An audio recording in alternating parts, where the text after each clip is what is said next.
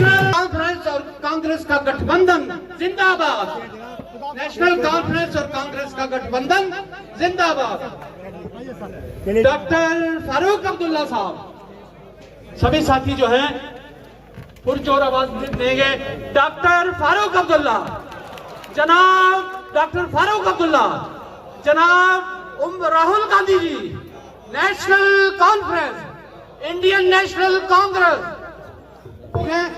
वो इस समय बहुत दुखी थे। उनको यहां से भगाने के लिए साहब हमारे अगले चीफ मिनिस्टर हो, ताकि इस जम्मू कश्मीर का सुधार हो चुके। 1900 रुपए थी, कोई जिम्मेवारी नहीं दे रहा था इलेक्शन की। और जब जम्मू कश्मीर के इलेक्शन हुए 1996 के दौर में शाल पहनाएंगे जनाब पंकज डोगरा जी। क्यों मंच पर बैठे हुए तमाम साथियों, मैं सबसे पहले स्वागत और मुबारकबाद देना चाहता हूं हमारे राष्ट्रीय अध्यक्ष मल्लिकार्जुन खड़गे जी का, डॉक्टर फारूक अब्दुल्ला जी का, राहुल गांधी जी का और उमर अब्दुल्ला जी का, जिनकी दूरदर्शिता से आज ये गठबंधन यहाँ पर मुकम्मल तौर पर आपको देखने को मिल रहा है। और 8 अक्टूबर को कांग्रेस और नेशनल कॉन्फ्रेंस इस रियासत में सरकार बनने जा रही है और 10 साल का जो अंधकार इस जम्मू कश्मीर में फैला हुआ है वो सब यहाँ से दूर हो जाएगा। मैं डॉक्टर साहब से बताना चाहता हूँ, पिछले 10 साल में सबसे बड़ा हमला हमारे जिला कठुआ पे हुआ है। हमारे यहाँ पे टोल माफिया, हमारे यहाँ पर खनन माफिया, हमारे यहाँ पर लैंड माफिया, हमारे यहाँ पे शराब माफिया, अब यहाँ पर इंडस्ट्रियल माफिया घूम रहा है। हमारे यहाँ पे कल्चरल, हमारा हेरिटेज सब इरोड हो रहा है। डॉक्टर साहब, हमारे महाराजा हरि सिंह साहब ने जो हमें सहूलतें, जो हमें रियायतें दी थी, हमारी जमीनें हमारी थी, हमारी नौकरियां हमारी थी, हम सबसे सब कुछ छीना जा रहा है। और ये सब कुछ मोदी सरकार के कारण हो रहा है। और जो उनका यहाँ पे लेफ्टिनेंट गवर्नर यहाँ एक राजा के रूप में स्थापित है, उसके यहाँ पे हो रहा है। हम आपसे गुजारिश करना चाहते हैं कि आप जम्मू कश्मीर को बखूबी से जानते हैं, आपने जम्मू कश्मीर में निभाया है। हम सबकी सेहत और तंदुरुस्ती के लिए नेशनल कॉन्फ्रेंस और कांग्रेस का आना जरूरी है।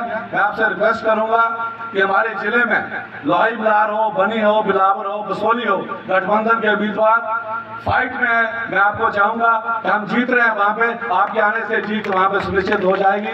आपकी ईश्वर आपकी सेहत को सलामत रखे, आपको तंदुरुस्त रखे।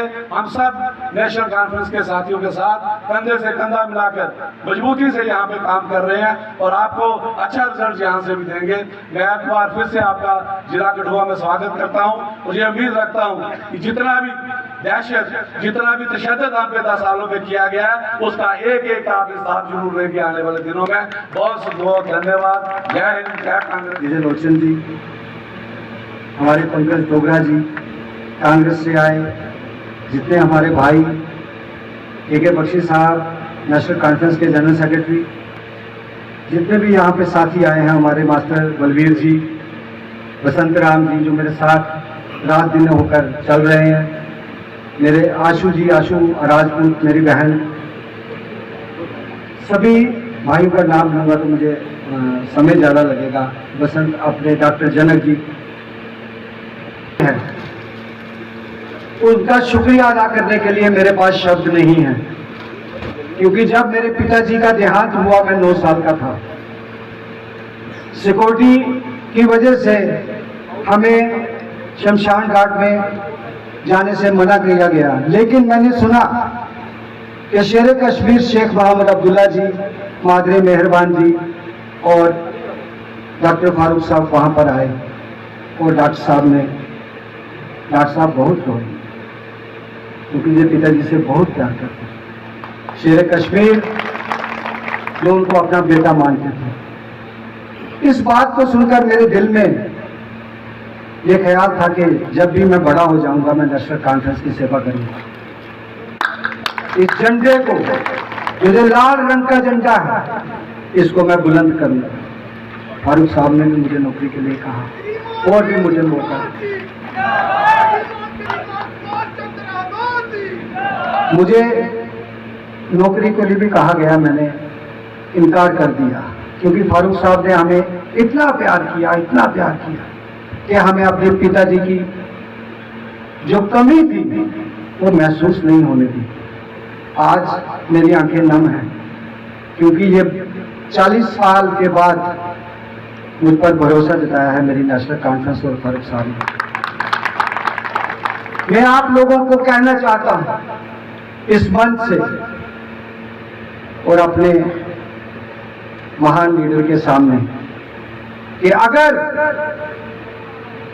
नेशनल कॉन्फ्रेंस का आप लोगों की सहायता से, आप लोगों की मदद से अगर आप मुझे जिताते हैं तो नेशनल कॉन्फ्रेंस इस कठुआ का इतिहास बदलेगी।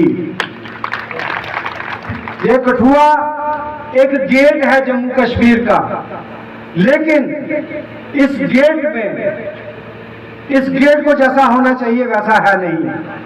उसका कारण कि हमने बहुजन समाज पार्टी के एमएलए बनाए, हमने बीजेपी के एमएलए बनाए, हमने और बहुत सारी पार्टियों के एमएलए बनाए, लेकिन नेशनल कॉन्फ्रेंस का एमएलए आज तक हमने नहीं बनाया, जिसका ये खमियाजा हम भुगत रहे हैं। मैंने आपसे वादा किया और मैं हर मीटिंग में ये कहता हूं कि अगर आपका आशीर्वाद रहा, जिस तरह से लोगों का प्यार, जिस तरह से आपका आशीर्वाद मुझे मिल रहा है, मैं गांव-गांव, गली-गली में जा रहा हूं, जिस तरह की मोहब्बत आप मुझे दे रहे हैं, वो दिन दूर नहीं कि आप मुझे जिता के भेजोगे, लेकिन इस कठुआ को इतना खूबसूरत बनाएंगे कि हर वो पर्यटक जो कश्मीर और लद्दाख में जाता है वो 2 दिन के लिए कठुआ में रुकेगा। ये हमारा वादा है। फारूक साहब, इन बीजेपी वालों ने इस रियासत का बहुत बुरा हाल कर दिया है और खासकर नौजवान बच्चों का। बड़ी मुश्किल से एक गरीब आदमी अपने बच्चे को पढ़ाता है, पहली क्लास से लेकर ग्रेजुएशन तक 25-30 लाख रुपया खर्च होता है, लेकिन अफसोस उस समय होता है डॉक्टर साहब जब वो बच्चा बेकार घर में पड़ा रहता है और बाप चुपचाप उसको देखता रहता है। उसके दिल को बहुत ठेस पहुंचती है क्योंकि उसने बच्चे को पढ़ाया लिखाया और अभी तक नौकरी नहीं मिली, रोजगार नहीं मिला। हमें सब जवाब दिखाए गए कि 370 तोड़ेंगे तो यहाँ पर नौकरियों की लाइन लग जाएगी, जहाँ पर बहुत डेवलपमेंट होगी।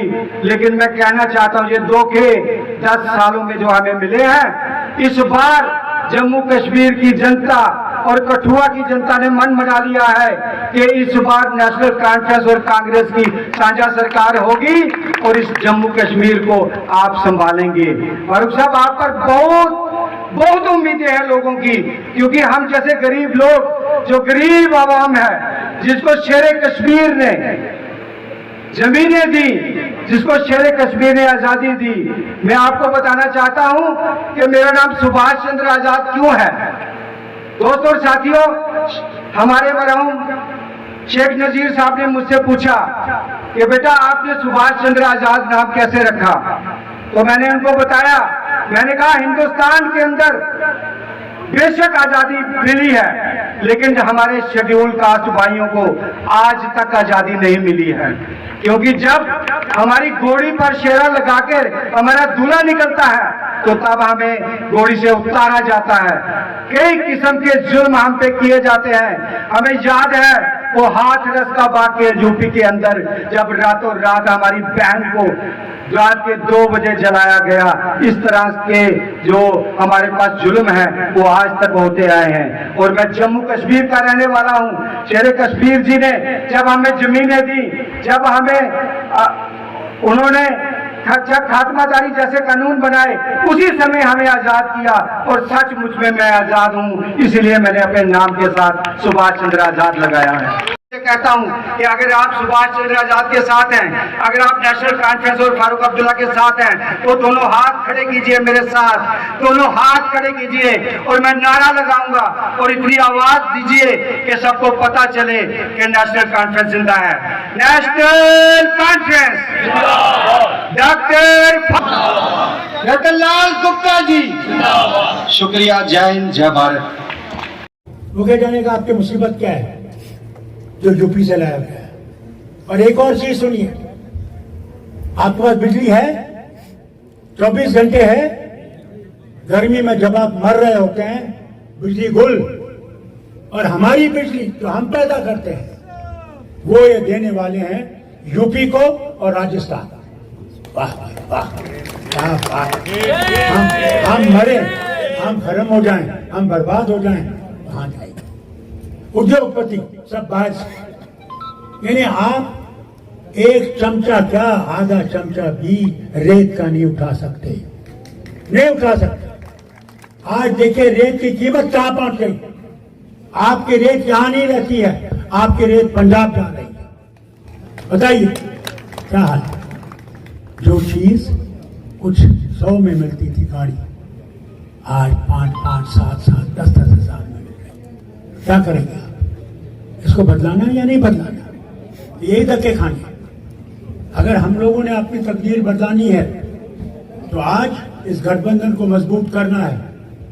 आपके नजदीक ही जसरोट है, यहाँ पे कांग्रेस के लड़ रहे हैं बलबीर सिंह, बहुत ईमानदार आदमी, मैं जानता हूं उन्हें, मैंने उनको एमएलसी बनवाया था। शरीफ है, नेक है, उसको कामयाब करिएगा, उसकी मदद करिएगा तो वो भी उठे, और अपने भाई को, इनको कामयाब, आजाद साहब कामयाब करिएगा, क्योंकि मैं जानता हूँ इनके वालिद जो ख्वाब था उनका, मुझे उम्मीद है जो ख्वाब पूरा करें। मेहनत करिए, मेहनत करिए। आपको सुनाऊं, बहुजन समाज पार्टी वालों से कहना, वो हमारे पास आए थे कि हम आपके साथ अठवास में हाथ मिलाना चाहते हैं। ये सुन लीजिए कांग्रेस वाले कि जो ही हमारा इत्तेहाद कांग्रेस के साथ हुआ, हमने हाथ मिलाया रियासत को बनाने के लिए, उसी वक्त उन्होंने कहा हम आपका साथ नहीं देंगे क्योंकि बीजेपी के साथ इनका हाथ मिला हुआ। याद रखिए, मैं आपसे ईमानदारी से कहता हूं, अंदर से मायावती जी इनके साथ हैं। ये देखते हुए भी कि कितना जुल्म इन शेड्यूल कास्ट से हो रहा है, वो एक अल्फाज नहीं कहती। ये जो लड़की के साथ रेप हुआ राम मंदिर में, आपने सुना कुछ उससे? कोई जबान से सुना? क्या वो उसकी बेटी नहीं थी? अफसोस है, अपनी बेटी अपनी बेटी, गैर की बेटी अपनी नहीं। अगर हिंदुस्तान को बचाना है तो सब धर्मों की हिफाजत करनी है, सब बहनों की हिफाजत करनी है, सब बेटियों की हिफाजत करनी है, सब माओं की हिफाजत करनी है, तब हिंदुस्तान मशहूर होगा, तब हिंदुस्तान चमकेगा, बातों से नहीं चमकेगा। अमेरिका और विलायत और इधर जाके नहीं चमकेगा, चमकेगा तो यहां चमकेगा, इस देश में चमकेगा, और वो सारे भारत में चमकेगा। याद है आपको राहुल गांधी क्या कहते थे? कहते थे मुझे नफरत की दुकान को बंद करना है और मोहब्बत की दुकान को चालू करना है। मैं इसमें एक और चीज कहता हूं, हमने नफरत की गाड़ी को डुबोना है और मोहब्बत की गाड़ी को सारे भारत में भेजना है, ये याद रखिएगा। और हमारे और इनका जो वो इलेक्शन मैनिफेस्टो, उसको पढ़िए। आप देखिए, आपका एक वर्ग है ओबीसी, उनका हाल देखिए, जो डेली वेजर है उनका हाल देखिए, डेली वेजर्स का मरते रहे, बोलते रहे। पार्लियामेंट में हम बार बार, मुझे यहां से कहते थे, बार बार पार्लियामेंट में जब इनके 300 मेंबर थे, सुना नहीं है? किसान, जब वो बिल आई किसानों की, हमने शोर किया, हमने कहा साहब मेहरबानी करके किसानों के बिल सिलेक्ट कमेटी में भेजिए, इस पर गौर हो, इस पर समझा जाए, नहीं तो मुश्किल आ जाएगी। नहीं माना। जब तक 700 से ज्यादा किसान शहीद नहीं हुए और यूपी में इलेक्शन नहीं आना था, उसी दिन उसी रात को इन्होंने फिर वो वापस ले लिए, एक सिर्फ कुर्सी के लिए वापस लिया। आज तक ये फैसला नहीं कर सके कि मिनिमम प्राइस रेट क्या होना चाहिए। आज भी किसान बैठे हुए हैं, आज भी बॉर्डर्स पे बैठे हुए हैं, कहते हैं जब तक आप हमारा ये फैसला नहीं करेंगे हम नहीं जाने वाले। और इंशाल्लाह हम लोग इस पे दोनों ने बैठ के सोचा है किस तरह हम किसान को बचा सकते हैं, ये आप मसौदा में देखेंगे। और इंशाल्लाह हुकूमत आई तो किसान का फर्ज पहले। मैं खुद जानता हूँ, वजीर आला था, यहाँ पे सारा खत्म हो गया था, बाढ़ आ गई थी, तूफान आ गया था, बारिश नहीं पड़ी थी, और कहीं कहीं तो कोई फसल नहीं थी। मेरे पास पैसा था सिर्फ 37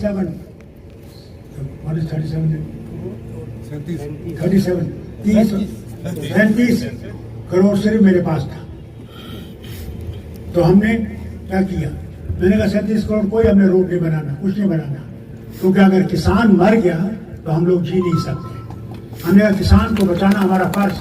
मैंने कहा पहले इनको वो जो है बीज दो, इनको वो जो सामान जरूरत है वो दो, और फर्टिलाइजर मुफ्त दो, ये किसान फिर से उठे। क्योंकि किसान सबसे ज्यादा रियासत में, सारे हिंदुस्तान में किसान सबसे ज्यादा है, और अगर किसान मर गया हम बच नहीं सकते। आज ये मुझे कहते हैं कि आपने कुछ नहीं किया। अरे भैया, अगर मैं गिरने लगूंगा तो तुम्हें घास आ जाएगा। क्या क्या नहीं किया, कहां से हमने इस हिसाब को नहीं बचाया। खुद गुलाम नबी आजाद ने इस पार्लियामेंट के अंदर, राज्यसभा में, आपके वो लीडर ऑफ द हाउस थे, उन्होंने 2 रियासतों का मुकाबला किया, एक तरफ से गुजरात, एक तरफ से जम्मू कश्मीर, और आंकड़े दिए हर चीज में, सेहत में, एग्रीकल्चर में, एजुकेशन में, हर चीज में, और दिखाया कि जम्मू कश्मीर गुजरात से कई जगह ऊपर है। मेरे ख्याल से उसी दिन उन्होंने फैसला किया किसी तरह से जम्मू कश्मीर को गिराना है, मगर जिसने उस भगवान का हाथ पकड़ा है उसको ये गिरा नहीं सकेगी।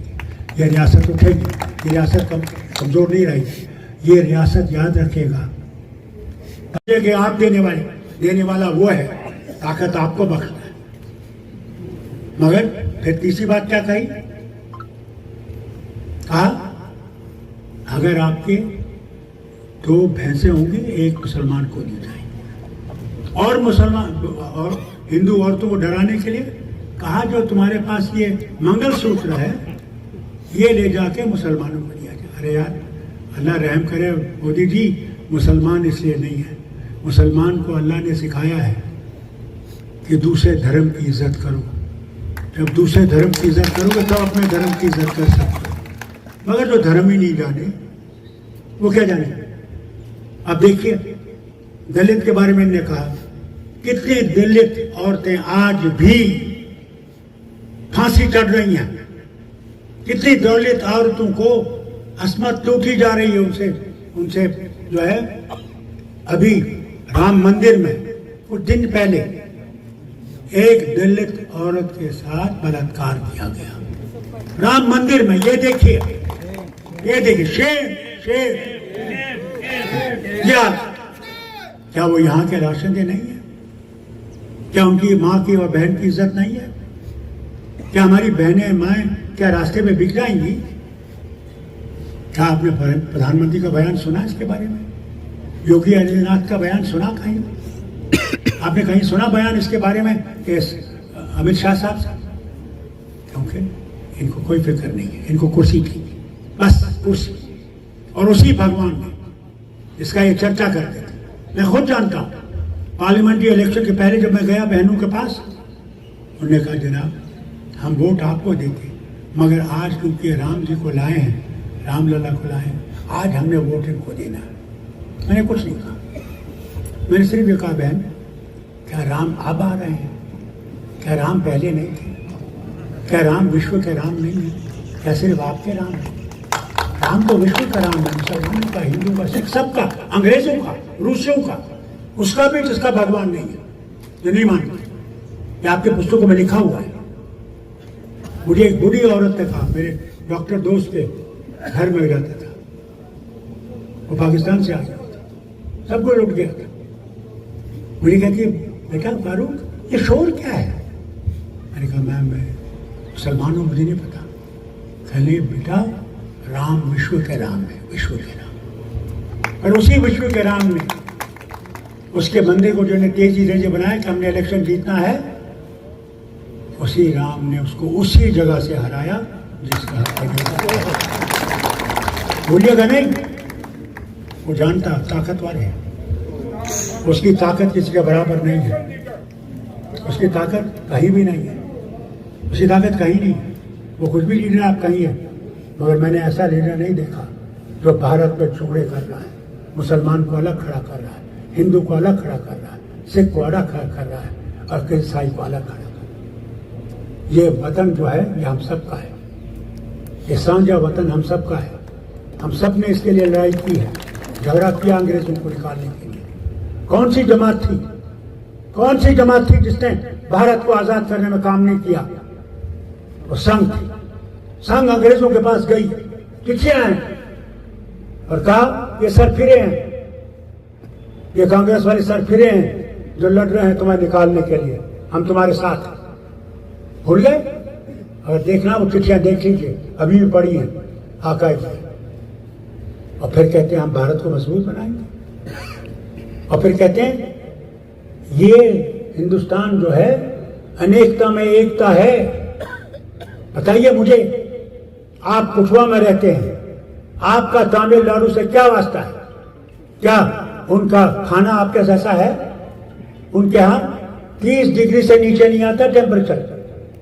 इस रियासत में टेम्परेचर कई जगहों पे -50 डिग्री आ जाता है। उनका कल्चर अलग, उनका रहन सहन अलग, उनका तरीके जिंदगी अलग। मगर क्या जोड़ता है हमें? ये कि हम इकट्ठे इस भारत को बना सकते हैं, अकेले भारत को नहीं बना सकते। इसीलिए से कहते हैं अनेकता में एकता। ये जो कानून लाने वाले हैं, एक इलेक्शन कैसे होगा? ये तो अलग अलग रियासतें, फेडरल स्ट्रक्चर है, ऐसे करेंगे। इसका मतलब यह है ना कि अगर यहाँ की हुकूमत गिर गई तो फिर सदर राज बनेगा, और सदर राज को 5 साल इंतजार करना पड़ेगा फिर से हुकूमत बनाने का। मैं उम्मीद करूंगा कि हमारे लोग जो पार्लियामेंट में बैठे हैं इसको समझेंगे, और खासकर जिनकी बैसाखियों पे ये चल रहे हैं, ये अपनी ताकत पे नहीं आए, आज बैसाखियों पे है, आज पार्लियामेंट में सुनते हैं। मैं उम्मीद करूंगा कि ये कानून जो है ये नहीं लाएंगे, रद्द हो जाएगा। भारत को मजबूत करना है तो भारत के दिलों को जीतना है, कुर्सी बैठना नहीं है। कुर्सी आती है और जाती है। इसे आपसे कहता हूँ, होश करिए। मैं माँ बहनों से पूछता हूँ, बताइए खाने का तेल क्या कीमत है आज उसकी? आपकी गैस सिलेंडर की कीमत क्या है? क्या सब्जियों की कीमत क्या है? आपके बच्चों को स्कूल की फीस देने में क्या है, कितना है? कपड़ों की कीमत क्या है उसके बूट की कीमत क्या है? किताबों की कीमत क्या है? दवाइयों की कीमत बताइए, आसमान से छू रही है। मैं खुद शुगर का पेशेंट हूं, मुझे इंसुलिन लगानी पड़ती है। जो मुझे 700 में मिलती थी 2 साल पहले, आज 1100 में मिलती है। बताइए वो गरीब क्या करेगा? कहां से लाएगा? मर जाएगा। और अगर उसका गुर्दा बदलाया गया होगा तो उसको जो दवाइयां खानी पड़ती हैं, कहां से लाएगा उन दवाइयां? ये चीजें नहीं देखते। हमने ये फैसला किया है कांग्रेस से और नेशनल कॉन्फ्रेंस से कि हम हर गांव में एक एक क्लिनिक लगाएंगे, एक एक डिस्पेंसरी रखेंगे, जहां के लोगों का इलाज वहां पे होगा।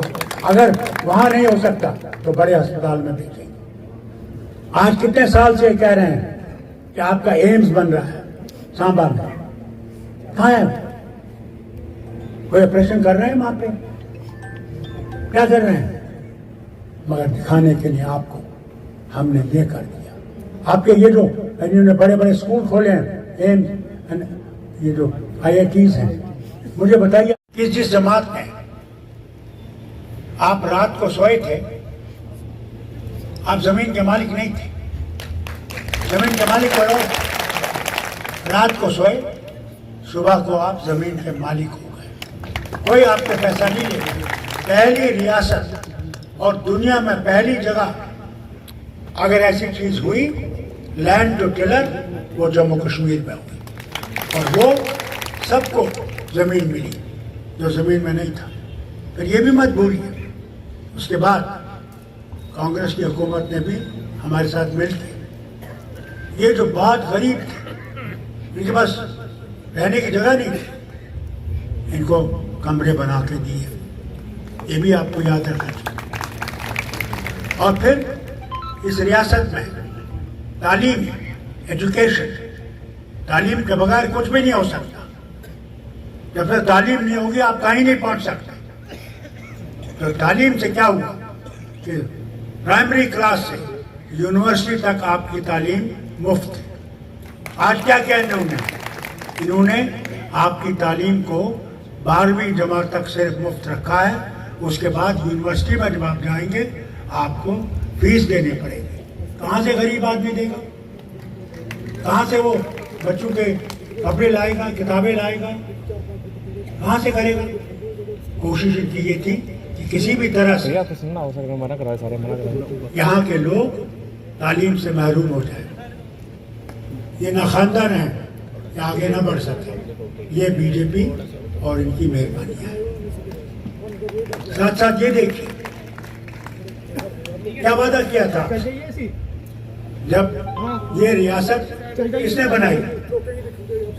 ये रियासत किसने बनाई जो तिब्बत तक पहुंची? तिब्बत तक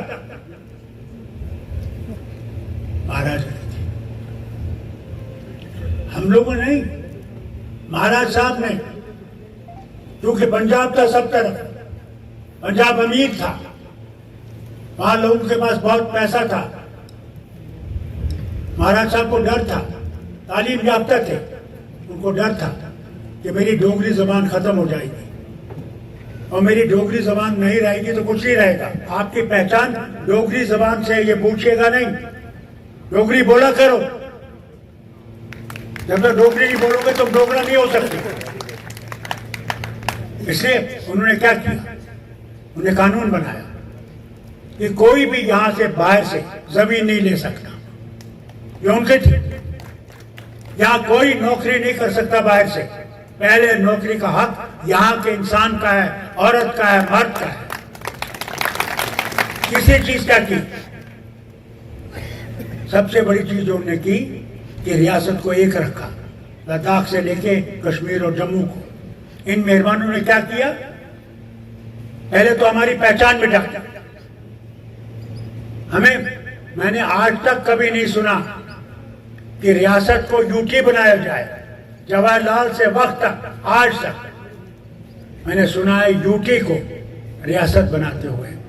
मगर हमसे बदला लेने के लिए इन्होंने इस रियासत को यूटी बनाया। कोई परवाह नहीं, हम जानते हैं इनका जनाजा निकलेगा, इंशाल्लाह निकलेगा, वो जरूर होगा।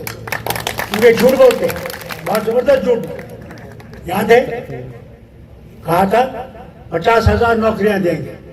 क्या मुझे बताइए कितनी नौकरियां मिली आपको? हाथ उठाइए, कोई मिली? ये हाल है। फिर कहा ना आपसे, कहा हम आपको 15-15 लाख आपके बैंक में आएगा। मैं भी रोज इंतजार करूं। मैं जैसे पूछूं यार वो 15 लाख आ गए, वो भी कुछ नहीं आया, ना 15 लाख या 15 पैसे। फिर क्या किया? फिर कहा 370 जिम्मेवार है आतंकवाद का। आज तो आतंकवाद 370 नहीं है, हुकूमत इनके वाइसरॉय चला रहे हैं, लेफ्टिनेंट गवर्नर। तो फिर आतंकवाद कैसे आया? कौन जिम्मेवार है? क्या 370 जिम्मेवार है? वो जो इन्होंने हमला किया शिवखोड़ी में उन यात्रियों पे, वो कौन थे और राज किसका था? और हम पे इल्जाम लगाते हैं। मुझे बताया ना ये, जब रुपया शहीद के लिए 5 आदमियों को छोड़ना पड़ा, मैंने तरले किए इनसे। मैंने कहा मत कीजिए सौदा, एक दफा सौदा करेंगे तो आप अपना सर झुका रहे हैं, टेररिज्म के सामने आप सर झुका रहे हैं, आतंकवादियों के सामने आप सर झुका रहे हैं। नहीं माना।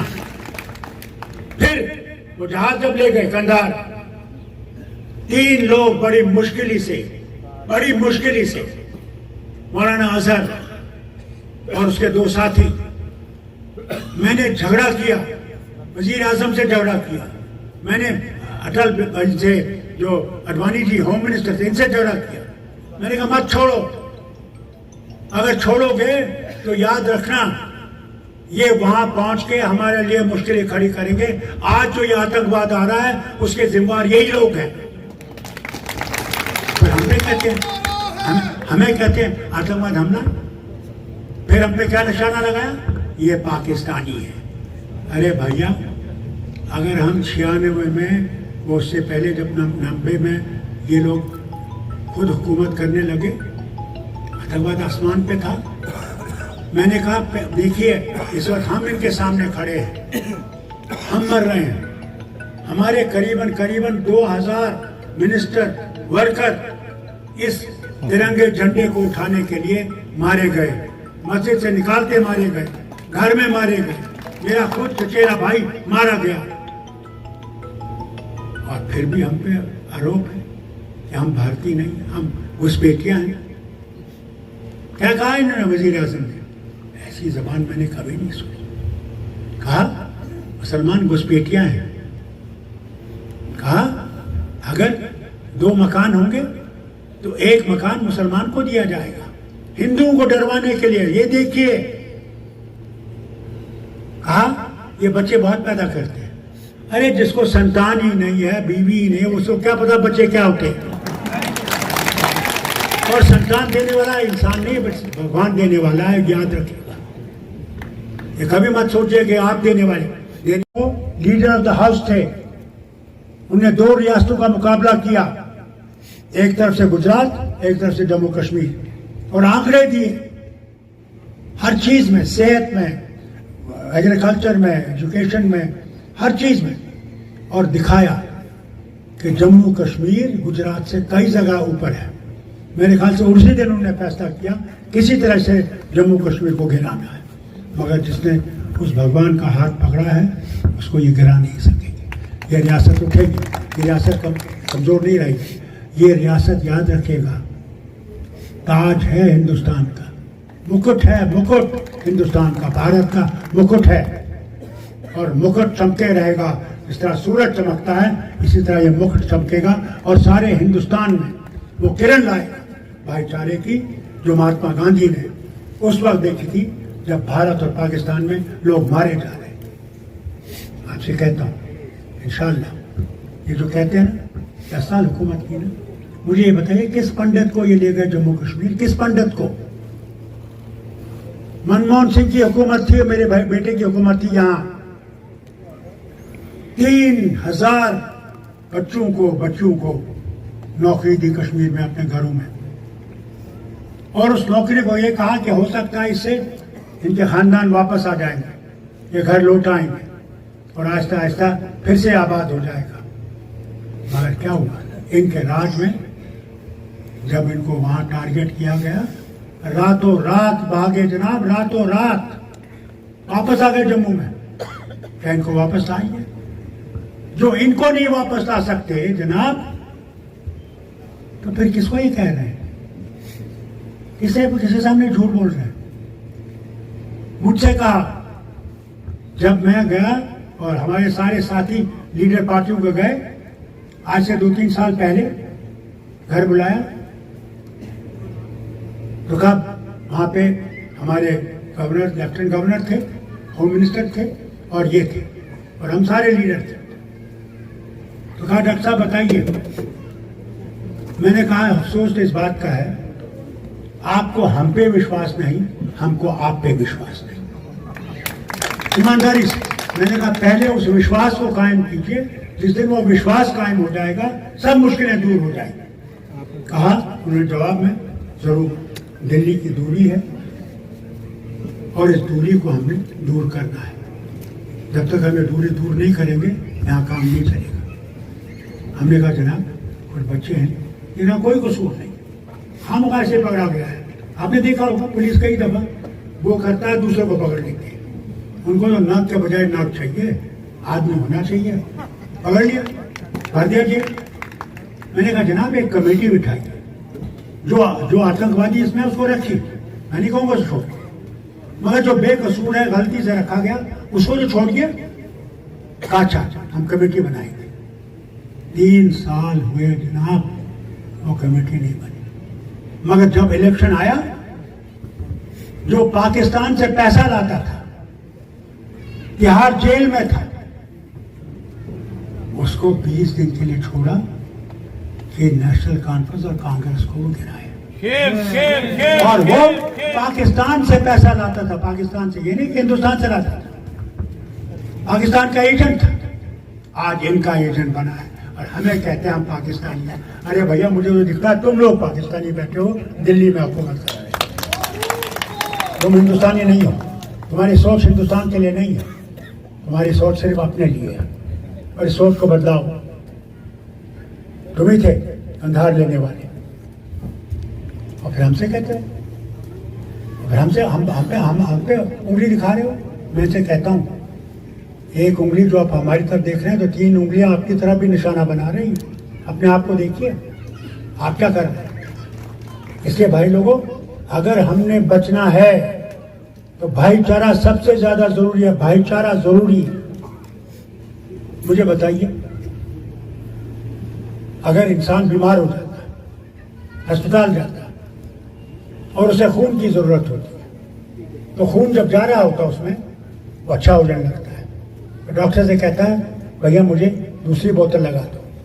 तो क्या वो मरीज या जो उसके आए बाएं हैं और अपने घर वाले हैं, क्या वो उस खून के कतरे से पूछते हैं ये मुसलमान का है, ये हिंदू का है, ये शेड्यूल कास्ट का है, ये सिख का है, ये ईसाई का है? पूछते हैं? तो फिर हम लोग क्यों ऐसे करते हैं? उसी ने तो हमें पैदा किया।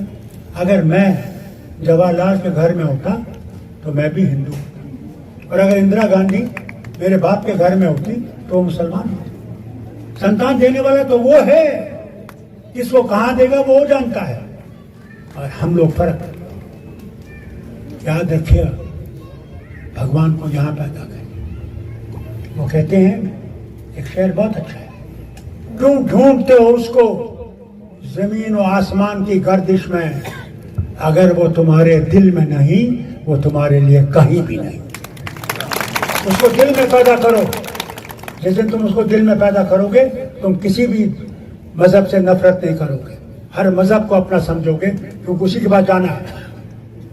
ये दुनिया बहुत कम वक्त की है, जाना जरूर है। वहाँ कोई बचाने वाला नहीं, जो तुमने किया है वही बचाएगा। अच्छा किया है तो जन्नत का दरवाजा, बुरा किया है तो जहन्नम का दरवाजा। इसलिए हिम्मत करिए, अपने आप को इकट्ठे करिए, नफरतें छोड़ दीजिए और एकता करके आगे चलिए। इसीलिए जब हमने इत्तेहाद किया, ये आसान नहीं था, बिल्कुल आसान नहीं था। जहाँ उनको सीटें छोड़नी पड़ी बहुत मुश्किल थी, जहाँ हमें सीटें छोड़नी पड़ी बड़ी मुश्किल थी, मगर देश को, रियासत को बचाने के लिए इन्होंने भी कुर्बानी दी, हमने भी कुर्बानी दी। तो अगर रियासत बच गई तो देश बच जाएगा, रियासत नहीं बची तो देश नहीं बच सकता, याद रखिएगा। इसलिए हिम्मत रखिएगा, मेहनत करिएगा, नींद नहीं करिएगा। और जिस दिन आपका वोट है, मैं आपसे गुजारिश करता हूँ, सुबह सवेरे निकलिएगा। और मशीन पे आपका नंबर क्या है?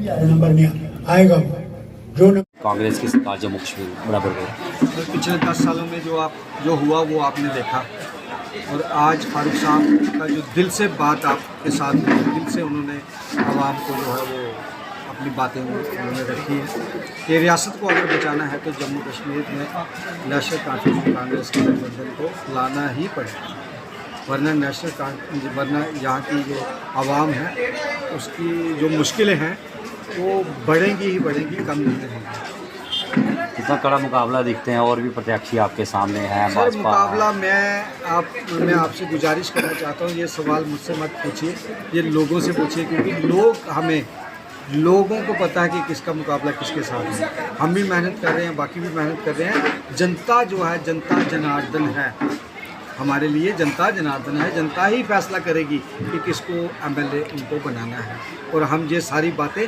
जनता पर रखते हैं, ये जनता फैसला करेगी। क्या अपील, क्या मैसेज है? मेरा यही अपील है कि आज जो फारूक साहब ने आपके बीच में कहा, जो उन्होंने पूरी रियासत के बेहतरी के लिए जो अल्फाज जहाँ पर कहे गए, उनको अमल में लाया जाए, और नेशनल कॉन्फ्रेंस और कांग्रेस की गठबंधन सरकार बनाई जाए ताकि रियासत तरक्की करे। रियासत जिन मुसीबतों में फंस चुकी है, जो हमारे ऊपर जो बर्डन इस वक्त 10 सालों में जो पड़ा है, जो बेरोज़गारी का, महंगाई का, जो भी किस्म की जो आज तक आप देख रहे हैं कि जो हालात जम्मू कश्मीर के लोगों के बने हुए हैं, हम उनसे थोड़ा सा उभरे और बाहर।